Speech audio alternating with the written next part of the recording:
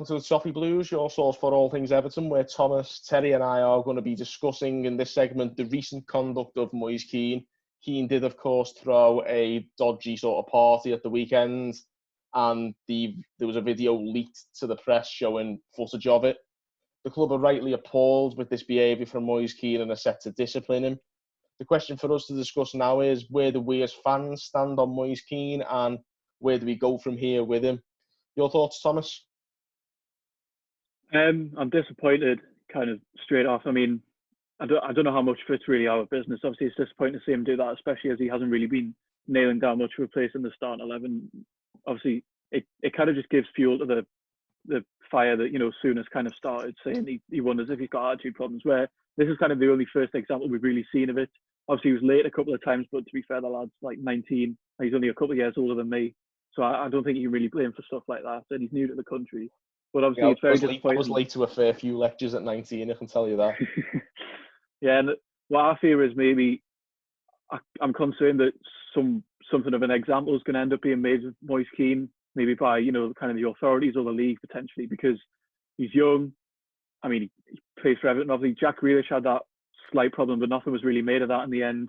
Like, it was a stupid thing to do, but, it wasn't breaking loads of laws. He was kind of just messing about. I'm just concerned that, Moise Kean, he's young, he's quite an easy target for kind of authorities if they want to set an example of football players who've already been targeted throughout this whole thing, really kind of unjustifiably, kind of the government kind of went for them about their wages. And I'm concerned that because he's young and because he's kind of broken the rules in such an extreme way, that he's going to be the one that has an example made of him and maybe not other players. Well, it wouldn't be the first. I think what he did was not too dissimilar to what Kyle Walker did. And I thought that was very much swept under the carpet myself. Yeah. I think the problem is Kyle Walker has kind of been doing stuff like that for years.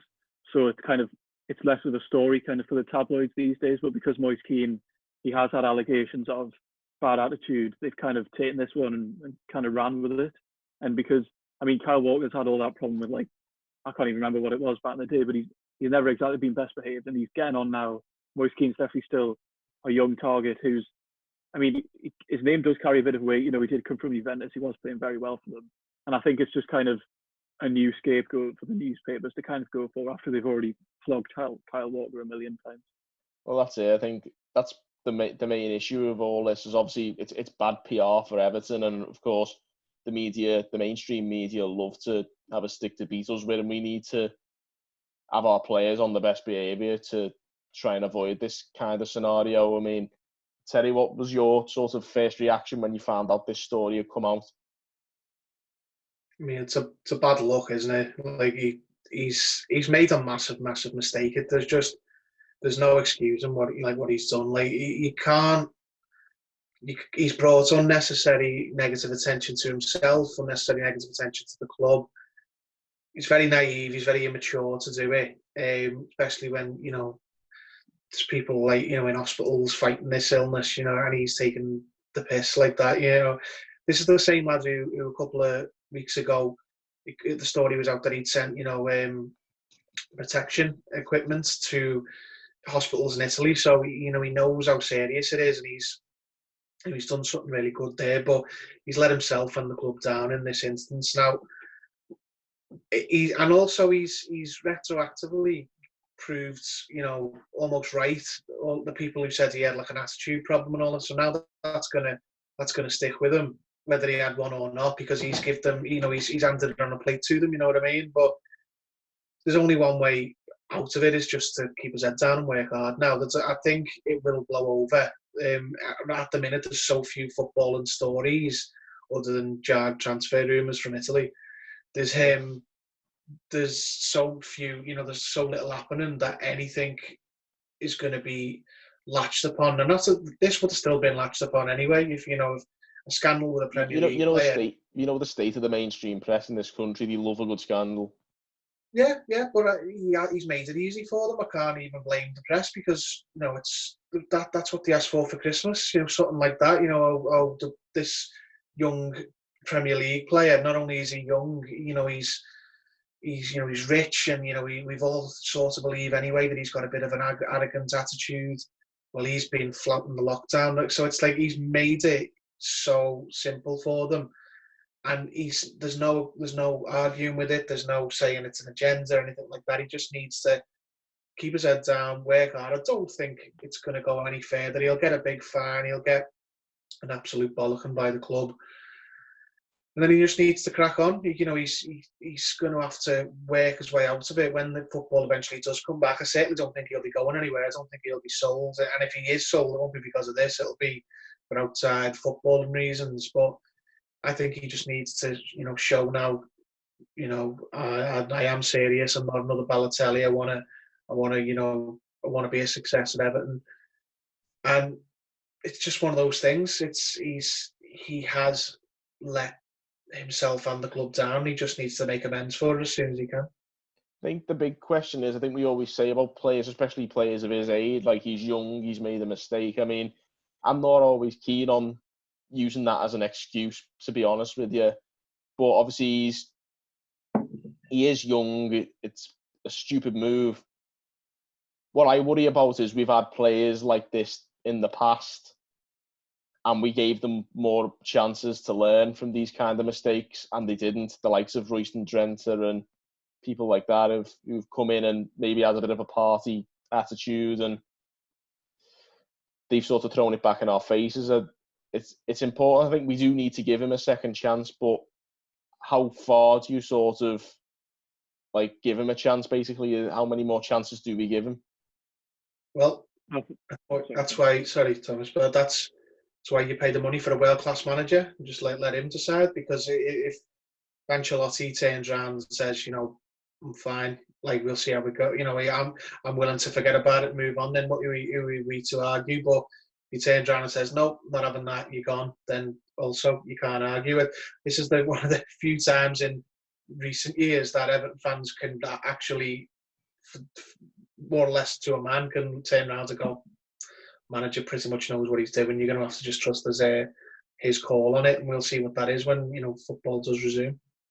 Yeah, I think that's definitely probably the best way of handling it. I'm talking about the likes of Royston Drenthe and people like that in the past who've maybe have had attitude problems and have misbehaved. And I think it's worth remembering the manager at the time was David Moyes, who always took a very hard-line stance on that, didn't he? Yeah, and I don't think we've had a manager like that for a few years, really.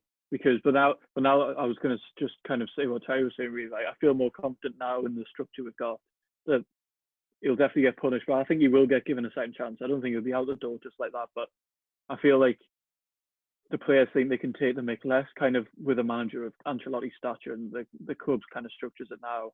But I feel like if we still had a manager like Marco Silva, I feel like we might still have more players who felt they could kind of take the mick and just do what they like and kind of waste the second chances. But I feel like now I have more confidence in the club that they'll deal with this. That's a really good point, to be honest, from both of you, that about Carlo Ancelotti and what influence he can have on this kind of behaviour, and whether players do knuckle down and like sort of move on from these kinds of errors. Obviously, we'd like to say that this was a mistake on Moise Kean's behalf, and hopefully he will move forward. But I think that is a good point. We've seen people taking the mickey with previous managers, and hopefully Carlo Ancelotti's a well-respected enough figure that this won't happen again.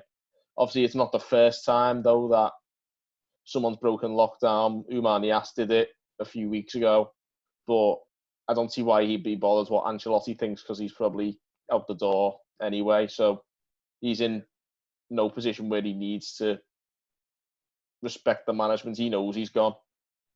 I suppose that's where the difference is. It's one of the trade-offs, I think, of if you want a young squad, which we do. That's very much our MO at the minute, to be buying nothing but young players and, you know, building a team. Is that the trade-off for that is they're gonna make naive mistakes.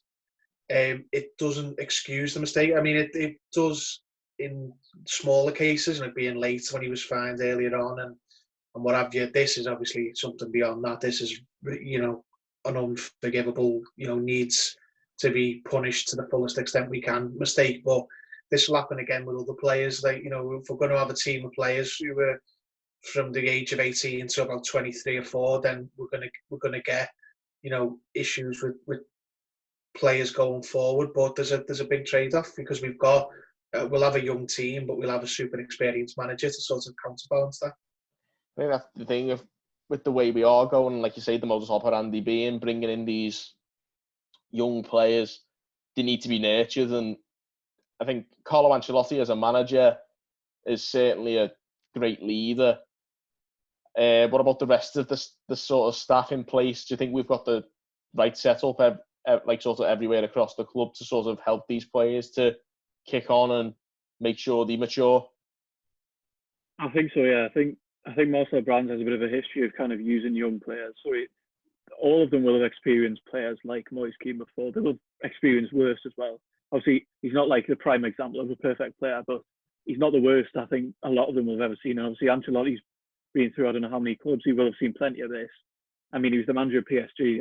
Their whole squad is made up of players that just don't follow the rules and basically do what they like. So I think Ancelotti's definitely sorted. I think Brands definitely does have experience with younger players. So it's not ideal. It doesn't look great for the club, but I don't think he's the worst example of a player I think we've ever seen at the club and that the staff have ever dealt with. And on that note, I think it's worth remembering what Marcel Brands said when he signed. Like, we'll look after your lad, and what he said to his mum and stuff at the signing. I think he will particularly. That was actually what I was referring to. Was Marcel Brands what sort of part will he play in helping Moise Kean to move forward from this incident? Got a big part to play, hasn't he? But it's not about, in this instance, it's not about what other people do with him. You know, you can have Brands, Ancelotti, everyone around him, and it's just down to Kean. He needs to learn some hard lessons from this, that you're in a privileged position. Like, if you're a young player, you represent the club, you can't take risks like that. You can't, try and, like, because he wouldn't have thought he'd been caught, but he's been very naive by filming it and what have you. He just needs to learn a lesson from it, not to be stupid next time, basically.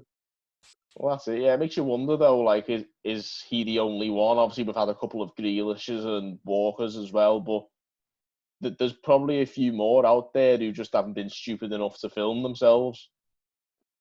Oh, definitely. I'd imagine stuff like this goes on with players all the time, but obviously they've got plenty of money. They can pay people to not publish things, but obviously some of them just made the stupid mistake of kind of publishing it and giving them.